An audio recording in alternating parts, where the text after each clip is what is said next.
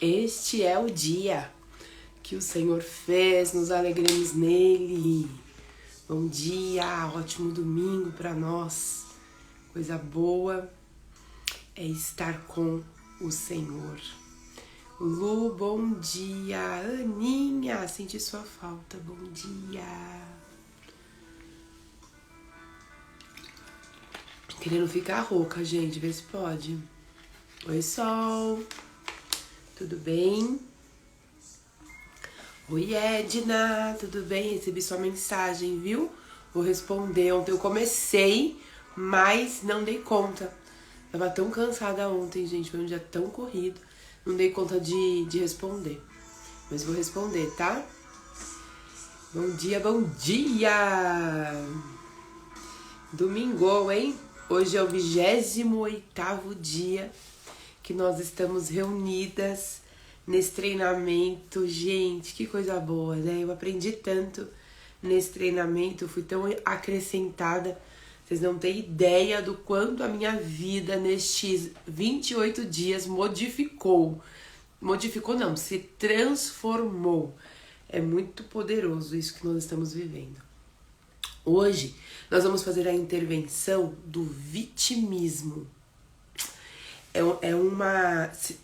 Assim, de todas as intervenções que nós fizemos, essa não pode permanecer, entendeu? De todas que nós fizemos, nós temos que nos autoanalisar. E se o vitimismo fizer parte das nossas vidas, nós precisamos tocar terror nele, colocar ele pra fora. Porque se nós fizermos a intervenção de tudo e deixarmos o vitimismo, nada vai adiantar. Então, o vitimismo, ele é o primeiro que tem que sair correndo, entendeu? A gente tem que dar uma surra nele, colocar ele pra fora, porque ele não pode ficar em nós. Então, vamos ler lá em Mateus 26. Nós vamos ler Mateus 26, o versículo 36.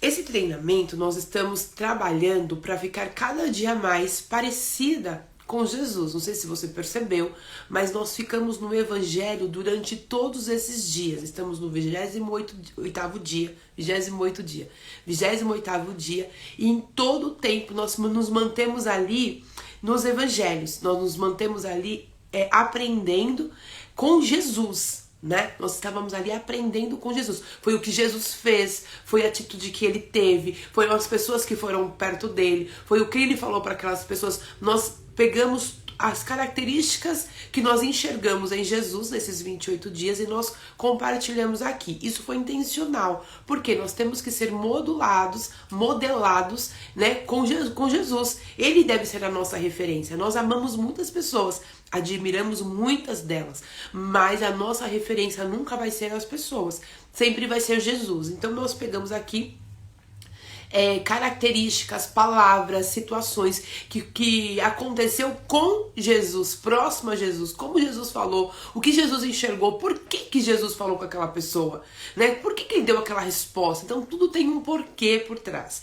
Então nós vamos passar, gente, nós estamos iniciando uma trajetória juntos, né? Então as lives elas vão continuar, como todos os dias, não sei, talvez vamos pensar a respeito e orar sobre, né? Mas o que nós vamos trabalhar agora? Eu comentei com vocês, né, que a gente tá indo para um novo Instagram. Tudo tem um propósito também, gente. É poderoso os propósitos, como as coisas elas se encaixam, né? Neste novo Instagram, nós vamos começar a trabalhar um estilo de vida do reino. Nós vamos viver de acordo com aquilo que Jesus espera de nós. Então nós temos que nos modelar para viver um estilo de vida do reino. Hoje nós vemos um estilo estilo de vida do Brasil, não é assim? Você vive um estilo de vida que a sua família te ensinou a viver. Nós vamos aprender a viver como Jesus nos ensinou a viver. Vai ser poderoso. Tô entusiasmada para essas fases que virão. Mas para viver um estilo de vida do reino, eu preciso ser parecida com Jesus. Eu não posso ter nada de Lúcifer na minha vida. E parece até ofensivo, né? Como assim, meu Deus do céu? Sinto em dizer que em alguns comportamentos que a gente repete, tá mais parecido com o outro lá do que com o nosso Jesus. Então, com quem você quer se parecer? A primeira pergunta que eu quero que você faça pra você hoje: eu tô parecida com quem? Eu tô mais parecida com meu pai ou com aquele lá que quer porque quer me levar pra ele? Com quem que você tá parecido? Quanto mais parecido com o seu pai, mais você vai ser reconhecido como filho de Deus. Quanto mais parecido, assim, as pessoas falavam assim, falam ainda pra mim, né? Nossa, você é muito parecida com o seu pai, o seu jeito de falar, o seu jeito de não sei o quê. Até manias que você tem tudo a ver com o seu pai. Então elas me reconhecem por conta do meu pai. Parentes, nossa, você é muito parecida com o seu pai.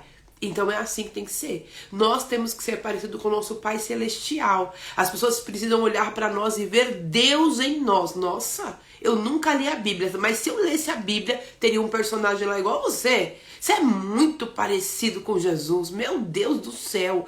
Talvez você seria uma das discípulas dele. Se você tivesse nascido naquela certeza que seria uma que estaria lá grudada com Jesus, que você é a cara dele. Entendeu? Tem que ser assim com a gente. Então vamos ler lá em Mateus 26, 36. Então, Jesus foi com eles a um lugar chamado Betsemane. Betsemane, gente, significa prensa de azeite, lugar de esmagamento. Então, Jesus foi com eles para um lugar difícil. Jesus levou, deixa eu terminar de ler, né? Jesus foi com eles a um lugar chamado Getsemane e disse: sentem-se aqui enquanto vou ali orar. Levou consigo Pedro e os dois filhos de Zebedeu, Tiago e João. Então foram Pedro, Tiago e João.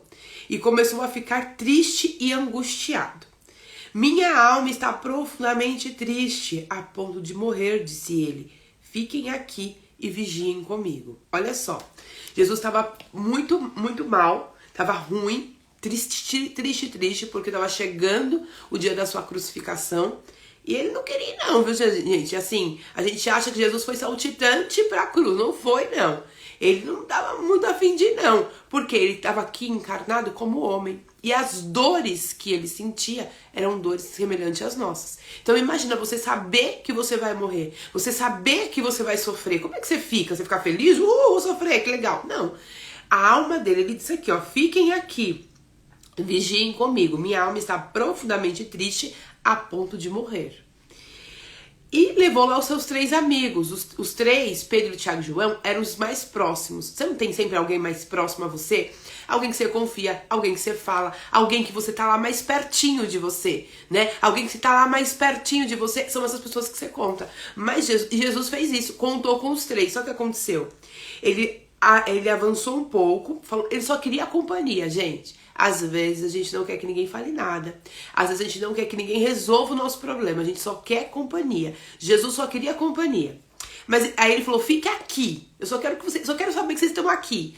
Eu vou ali orar e eu já volto. Porque eu tô mal, gente. Hoje eu tô triste. A minha alma está angustiada. E ele foi. Ele avançou um pouco, curvou-se com o rosto no chão e orou: Pai, se possível for, afasta de mim esse cálice. Não quero ir, não. Tem jeito? Tem outra estratégia? Tem outra maneira? É possível eu não passar por isso? Ele colocou pra fora o que ele estava sentindo. Mas aí ele continuou. Contudo, que seja feita a tua vontade e não a minha. Existem momentos na vida que a gente não quer passar. Tem coisas que a gente não tá afim. Contudo, seja feito o quê? A minha vontade? É assim que a gente age, né? Eu vou fazer do meu jeito e pronto, e acabou. E a gente abandona a vontade de Deus. Depois, voltou aos discípulos e o encontrou dormindo. E aí ele disse: vocês não puderam vigiar comigo por nenhuma hora. Olha só, Jesus só queria que eles ficassem um pouquinho. Era só um pouquinho, não era muito. Ele só precisava que eles ficassem um pouquinho. E aí disse ele a Pedro: vigiem e orem para que não cedam à tentação, pois o espírito está disposto, mas a carne, ela é fraca. Olha o código aqui. Jesus está dizendo assim: olha, Eu entendo que realmente é desafiador em alguns momentos. Eu entendo que a nossa carne, ela tende a se curvar à vontade da carne, à vontade do mundo. Porém, o espírito é forte. Se você ficar atento, você consegue ficar acordado. Se você ceder à sua carne, você não vai conseguir. E aí, ele deixou os discípulos pela segunda vez e foi orar. Meu Pai, se não for possível afastar de mim este cálice, sem que eu beba, faça a tua vontade. Ó, a primeira vez ele disse assim, afasta de mim. A primeira vez ele já foi muito categórico. Afasta de mim. Por isso que a oração ela é poderosa, gente. Na primeira vez a gente fala o que a gente sente. Aí conforme a gente vai buscando, o nosso entendimento ele vai sendo mudado. É muito poderoso. Nós vamos começar a gente olha para a mesma situação com uma outra ótica. Aí Jesus foi, orou, falou: "Ai, eu não quero, pai, pode passar pode passar? Posso passar a vez?" Ah, mas aí ele continuou, né? Que seja a tua vontade, não a minha. Foi falar com os discípulos e aí voltou. Quando ele volta, ele diz assim, em oração, ele diz assim: meu Pai, se não for possível, ele já estava entendendo que ele tinha que ir, né? Se não for possível afastar de mim este cálice, sem que eu o beba, faça a tua vontade. Você vê que já foi mudando? Já foi mudando a percepção? Aí ele voltou pela segunda vez e encontrou o quê? Os discípulos dormindo, pois não conseguiam manter os olhos abertos. Existem caminhos que a gente passa, existe Getsemane nas nossas vidas, que você vai chamar as pessoas que você mais ama, você vai chamar as pessoas que você acredita, e essas pessoas não vão conseguir te ajudar, porque este caminho é seu. Jesus ele foi lá e chamou os 3 que ele mais amava, e foi mais dolorido para ele do que alívio. Por que foi dolorido? Porque ele pediu só 1 hora da atenção deles. Só 1 hora. E eles dormiram. Quando ele voltou, na segunda vez, ele pediu, ele falou, ele sinalizou: eu tô mal, fiquem aqui que eu vou orar. Quando alguém fala pra você tá mal, o que você faz? Você fica ali preocupado, né? O que eu posso fazer pra ajudar? Eles dormiram. Ele voltou, acordou e falou: gente, fiquem atentos, vocês conseguem, mas vocês não podem estar, mas é uma carne. Fiquem atentos, eu tô angustiado, eu preciso de ajuda. Tenta ficar acordados. Da segunda vez que ele volta, eles estão dormindo. E aqui conta que eles não conseguiam manter os olhos abertos. Tem gente que não vai conseguir manter os olhos abertos para nos ajudar, esquece. Tem gente que não vai conseguir manter os olhos abertos para nos ajudar, não vai. E se a gente ficar insistindo, a gente vai ser mais dor do que ajuda, entendeu? Então, não é porque ele não quer, porque ele não consegue, ó. Os discípulos não conseguiam manter os olhos abertos. E ele foi orar pela terceira vez, dizendo novamente as mesmas coisas. Em seguida, voltou aos discípulos e lhe disse: como é que vocês ainda dormem e descansam? Ele super angustiado, ele super mal, e os discípulos lá babando, super dormindo, e ele ficou indignado. Ele falou: gente, vocês não estão percebendo? Anda comigo esse tempo todo e não percebeu nada. Vocês não perceberam nem que eu não tô bem. Tudo bem, talvez vocês não tenham percebido que eu... da minha missão. Talvez vocês não tenham entendido da minha missão, mas nem perceberam que eu não tô bem. Vocês não foram capazes nem de perceber que eu não tô bem. E aí, e consegue dormir, consegue descansar no meio desse turbilhão, né? Quando às vezes eu vou fazer aconselhamento, e aí as meninas casadas falam assim pra mim: Fê, eu fico indignada, porque eu tô mal.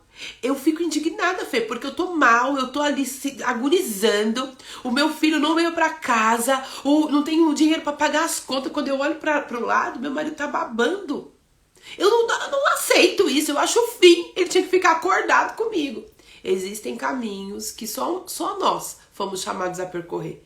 E aí você vai olhar, a pessoa está dormindo, está descansando de boa na lagoa, e você tá... E aí se você olhar pro outro e achar que o outro tinha que estar com você, aí você perde o foco de fazer o que você tinha que fazer. Você vê que Jesus via os discípulos dormindo, mas ele voltava para orar. Ele via, ele ficava triste, mas ele não perdia o foco daquilo que ele tinha que fazer. Na terceira vez, ele falou: gente, acorda, venham, chegou a hora. O Filho do Homem está para ser entregue nas mãos dos pecadores. Levantem, o meu traidor chegou. Você vê o que é governo. Você vê o que é governo. A gente ficou uma semana falando de governo.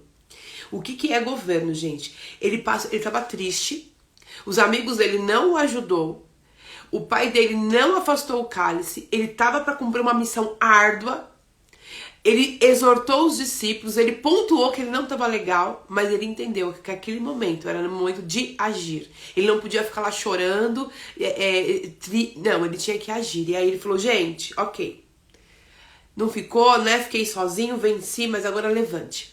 Levante porque a minha missão está começando. O traidor chegou e eu preciso lá resolver isso aí. Olha, gente, que governo é esse, né? E por que eu trouxe essa palavra para vocês em relação ao tema de hoje, que é vencer o vitimismo?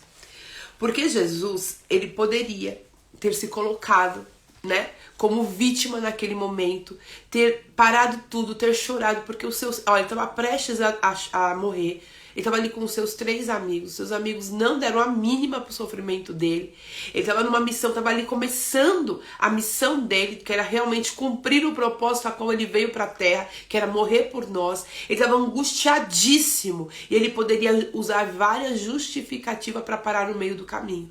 Ah, pai, também quem que o senhor manda para me ajudar? Que adianta também ser filho de Deus e não poder... Poxa, o senhor pode fazer qualquer coisa. E o senhor não fez. E aí ele poderia usar da vitimização pra não cumprir aquilo que ele tinha sido chamado para fazer. Ele podia. Ele teve razão para isso. Ele teve motivo para isso. Foi dado a ele material. E às vezes a gente fala assim, eu tava até tentando, mas fulano não me ajuda. Eu tava até tentando ser uma pessoa melhor, eu tava até tentando ficar firme, eu tava até tentando prosperar, eu tava até tentando fazer esse casamento dar certo, mas fulano não me ajuda. E aqui você vê que Jesus, ele foi chamado para uma missão e ele não teve ajuda de ninguém. É muito louco isso, porque ele fala assim, pai, eu sei que o senhor pode ir para um outro caminho, eu sei que o senhor pode fazer de uma outra forma, se possível for, afasta de mim. O pai disse, não vou afastar. Aí ele olhou para os discípulos, então, pelo menos vocês podem ficar comigo? Eles dormiam. Logo, ele estava sozinho. E aí ele tinha 2 escolhas, eu vou ser vítima ou eu vou governar? Eu vou ser vítima ou eu vou governar? E aí, olha que interessante isso, gente. Por que Lúcifer, ele foi lançado, né? Foi jogado do céu. Ele era um anjo de luz, ele era um adorador, ele era um anjo importante. Por que ele se rebelou contra Deus? Por que Deus não quis mais andar com ele? Porque Lúcifer se comportou como uma vítima. Olha como a vitimização tem características do nosso inimigo e não tem nada a ver com o nosso Deus. E se nós temos a vitimização dentro de nós, nós precisamos repudiar qualquer sentimento que há em nós que tenha mais a ver com o inimigo do que com Deus, nós precisamos repudiar. Fofoca tem mais a ver com o diabo do que com Deus. Por quê? Porque quem é o acusador? Fofoca é acusação, você falar dos outros, você falar sobre o que você não sabe. Na fofoca sai a mentira. Quem é o pai da mentira? Por que eu tenho que afastar da minha boca fofoca? Porque eu fico mais parecido com o fulano do que com o meu pai. Entendeu?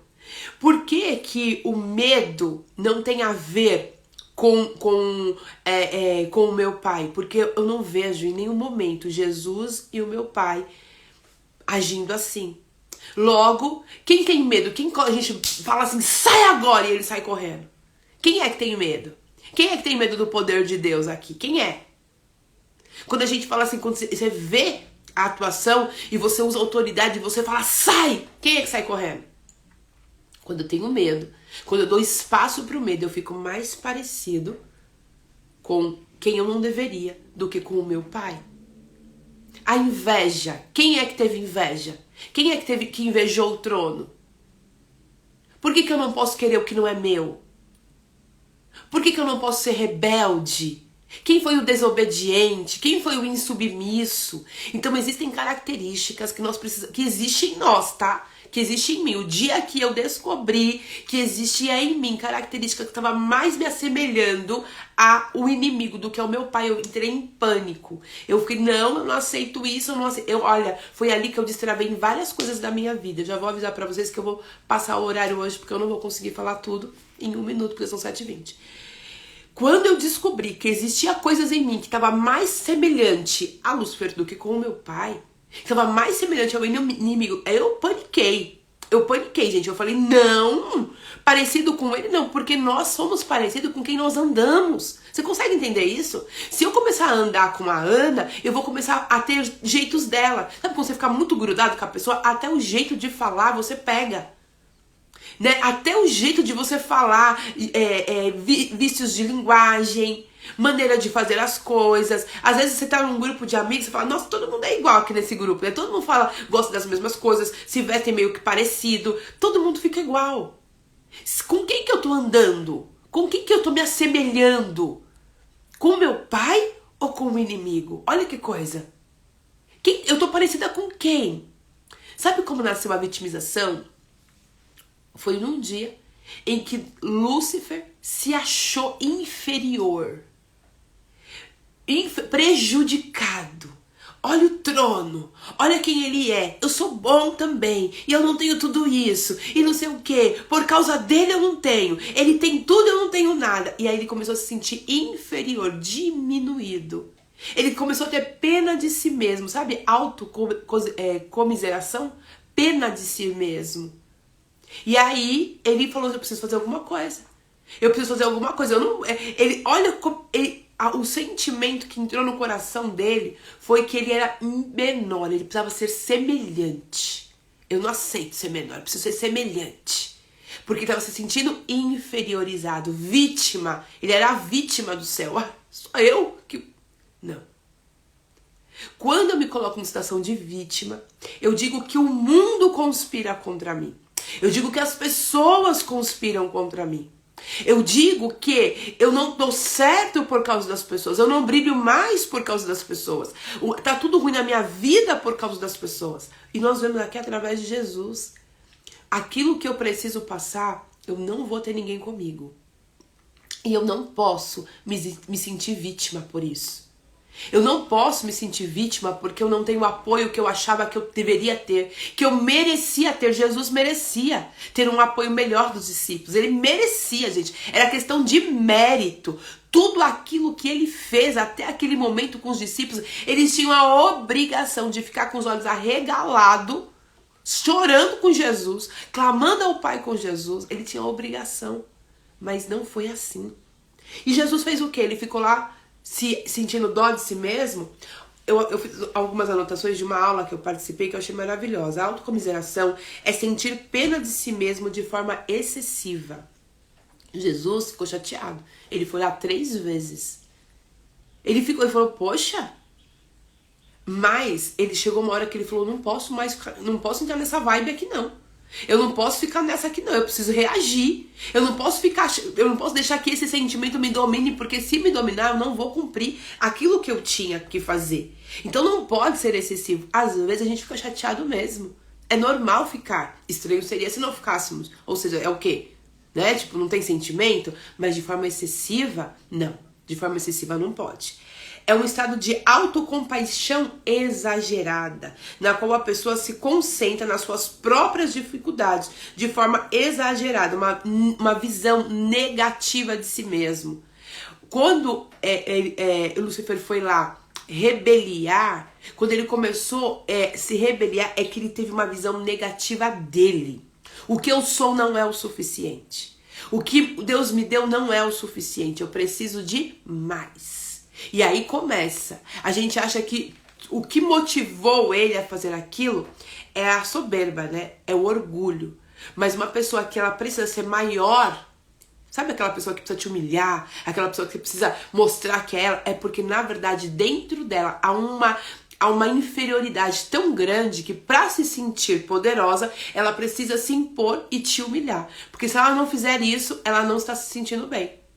Olha que loucura. Às vezes a gente fala assim, é arrogante, mas não é. É vítima. A gente fala assim, é soberba. É vítima. Precisa mostrar que ela é boa. Ela precisa te humilhar para ela se sentir bem. Já viu? Já conviveu com pessoas assim que ela precisa, ela tem necessidade de te humilhar para que ela fique bem. Sabe por quê? Porque ela se sente tão vítima, ela é tão vítima dos seus sentimentos, ela é tão vítima da baixa estima, que ela precisa de alguma maneira validar que ela é boa. E aí aconteceu com esse ser. Ele precisava provar que ele era bom também, porque a imagem que ele tinha de si mesmo começou a ficar negativa. Vítima, olha as características da vítima.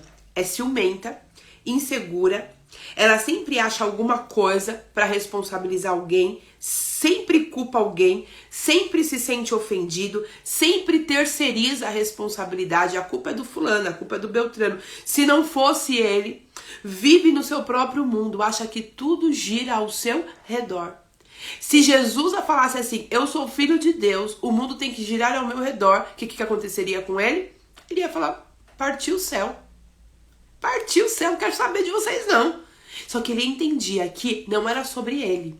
Ele veio a este mundo por nós. Olha, gente, Jesus não veio a este mundo por conta dele próprio, ele veio por nós. Então ele entendia que ele não podia viver no mundo dele. Quando o Senhor me chama, eu não vivo mais só para mim. Não vive mais eu, porém quem vive em mim? Cristo vive em mim. E a vida que eu vivo agora não é mais a vida que eu quero viver, mas é a vida de acordo ao propósito que Ele quer que eu cumpra. E há situações que nós passamos que está nos forjando, que está nos ensinando. Existem caminhos, existe Getsemane na nossa vida que está forjando o nosso caráter.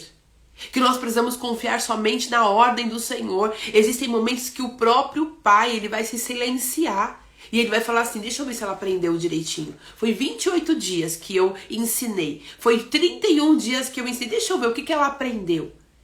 Eu mandei códigos para ela por 31 dias consecutivos. Deixa eu ver o que ela aprendeu. Eu vou ficar só em silêncio. Prova não é assim? O professor ensinou o mês inteiro. Aplicou uma prova. Ele vai te dar sugestão? Ó, a pergunta A, ó, lembra? Ó, o A... Começa, a resposta do A começa com a letra C. Não, ele fica em silêncio. A hora dele falar, ele já falou. Agora é a sua hora de praticar aquilo que ele ensinou. E às vezes a gente fica angustiado e fala assim, mas o Senhor não está falando nada. Quando o Senhor não está falando nada é porque ele já falou tudo. Quando ele não está falando nada, é porque tudo que você deveria saber, deveria ouvir, você já ouviu. Se você parar, nós, tá bom? Porque eu me incluo nessa mensagem também, é pra mim também. Se nós pararmos de olhar para as pessoas e dobrar o nosso joelho, o próprio Pai vai trazer. Porque Jesus, você acha que Jesus não sabia que ele tinha vindo a este mundo para morrer? Ele já sabia. Ele sabia qual era o papel dele. Por que ele foi lá e falou, se possível for? Porque nós somos humanos. Porque ele estava encarnado. Então ele estava sentindo as dores de um homem. Mas ele foi lá, expôs o que ele estava sentindo por 3 vezes. Falou, poxa, tá difícil. Eu acho que eu não tinha noção como homem. Que seria isso? Mas eu tô aqui. Ninguém tá comigo. Sabe por que ninguém estava com ele? Sabe por que ninguém estava com ele? Porque aquele papel era dele. Existe papel que é seu. Nós falamos aqui muitas vezes de não deixar ninguém interferir na sua vida, não deixar ninguém roubar seu tempo, não deixar ninguém comandar a sua vida. Você tem que tomar conta da sua vida. Nós falamos muitas vezes isso aqui. Só que passar caminhos sozinhos também faz parte do governo. Se levantar e falar, eu vou lutar independente de quantas pessoas estarão comigo, também faz parte do governo. Governo parece que é bom, né? Ninguém manda mais na minha vida. Eu faço o que eu quero. Só que quando você começa a assumir o governo, chega um momento que ninguém vai estar com você mesmo. E você precisa entender isso. Vai ter caminhos que você vai estar sozinho. Sozinho. Mas eu admiro tanto fulano, vai ficar sozinho. Mas eu admiro tanto Beltrano, ele não vai estar com você. E se você começar a acusar, você vai acusar pessoas que são de Deus. Se você começar a ficar chateado porque as pessoas não estão com você, você vai ficar chateado com pessoas que são de Deus. E aí você vai ter dois problemas. Porque você não vai cumprir o seu chamado e vai ter murmurado e vai ter falado mal de pessoas que você não deveria falar. Por quê? Porque foi o próprio Deus que tirou ela de perto de você. Eu fiquei 2 anos. Meu Getsemane durou 2 anos. 2 anos, eu não sabia, eu não tinha com quem falar, por mais que eu tentasse falar, era como se as pessoas não compreendessem o que eu estava falando. Eu precisei passar por este caminho sozinha. Aí uma vez eu comentei isso com um amigo, e ele falou assim, ai Fê, pelo amor de Deus, ele ficou, ai me perdoa, eu não mandava mensagem pra você, eu não sei Fê, eu não sei o que aconteceu, foram 2 anos, realmente eu nunca mandei. O próprio Deus tira. Você não esquece, os discípulos, eles não conseguiam ficar com o olho aberto. A Bíblia diz, eles não conseguiam. Não é porque as pessoas são ruins, não é porque as pessoas nos abandonaram, é porque o próprio Pai falou assim, agora você vai colocar em prática o que você aprendeu. Agora você vai ficar comigo sozinho, agora sou eu e você. Ou agora é você sozinho, porque eu vou ficar aqui, só te observando. Porque há momentos que a gente sente o próprio Deus ali do lado. Existe momentos que a gente sente a presença notória do Espírito Santo. E existem momentos que não tem ninguém, parece que não tem ninguém. Existe um momento que parece que você tá sozinho, fala, meu Deus, que tribulação é essa? É o demônio, é o inimigo se levantando. Não, ele não tem nada a ver com isso, porque o caminho do Getsemane, o diabo não tem poder, para de dar poder pra ele. Para de dar poder pro inimigo, porque ele não tem tanto poder assim. Tudo é responsabilidade dele, existem coisas que é sua também. Existem coisas que são processos que o próprio Pai está permitindo que você passe. Vítimas não prospera. Existe um sequestrador da alma. Você passa a não ter mais controle. Você viu o que Jesus falou assim? Vigiem. A carne, gente, ela é fraca. Mas se o espírito estiver pronto, ele domina. Você é sequestrado. A vítima ela é sequestrada. O que acontece ao entorno dela te abala tanto.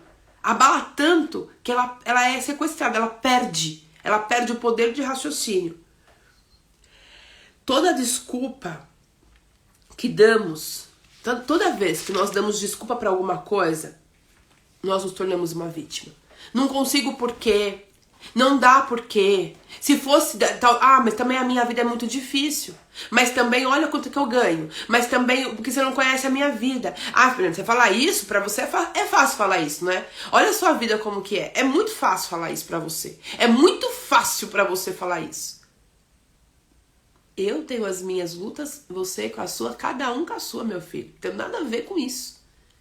O Senhor dá a cada um a medida que pode suportar. O que eu passo é as minhas demandas. Pode ser pouco pra você e tá tudo bem. Pra mim, às vezes, é muito puxado.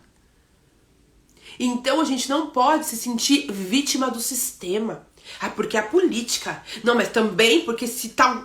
Não. Quem me governa? Quem manda em mim? Sabe, quem eu sou? E aí a gente vai ler depois, quando Pedro, ele pega a espada, né, pra ferir o soldado, porque ele vai pegar Jesus, Pedro dormiu o tempo todo, não sabia nem o que estava acontecendo. Na hora de resolver o problema, ele resolveu com o quê? Com a emoção. Você entende por que é importante orar? Aí ele pegou a espada, já que eu não pude ficar acordado, então eu vou defender aqui. Aí Jesus falou assim, Pedro, para com isso. Os que usam a espada morrerão pela espada. Você não percebe que olha o que Jesus fala, você não percebe que eu poderia pedir ao meu Pai milhares de anjos para me proteger e ele enviaria no mesmo instante?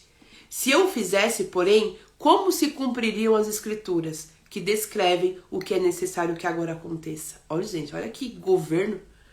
Você não sabe que eu podia? Gente, a gente podia. A gente podia pedir um monte de coisa. Deus podia fazer um monte de coisa por nós. Mas olha o nível que nós precisamos chegar. Olha o nível. Pensa aqui comigo, o nível. De nós estarmos numa luta tão grande. De nós estarmos numa luta tão grande. nós falarmos assim, eu poderia pedir para o Senhor me enviar aqui um anjo e instruir todos vocês. Eu poderia pedir aqui para o Senhor enviar anjos e acabar com essa doença. Eu poderia pedir para o Senhor enviar anjos e tirar assim, ó, com a mão esse problema. Mas eu entendi que se eu fizesse isso, eu não cumpriria a profecia. Eu não cumpriria o que eu deveria... Gente do céu, olha isso que ele faz, chega a me dar um negócio. Se eu o fizesse, porém, como se cumpriria as escrituras que descrevem o que é necessário que agora aconteça? A vitimização é um sequestrador do plano do Senhor para nós. Quando eu acho que eu não posso, quando eu me coloco numa condição de vítima, eu não vivo aquilo que Deus quer que eu viva. Então, o que eu quero que você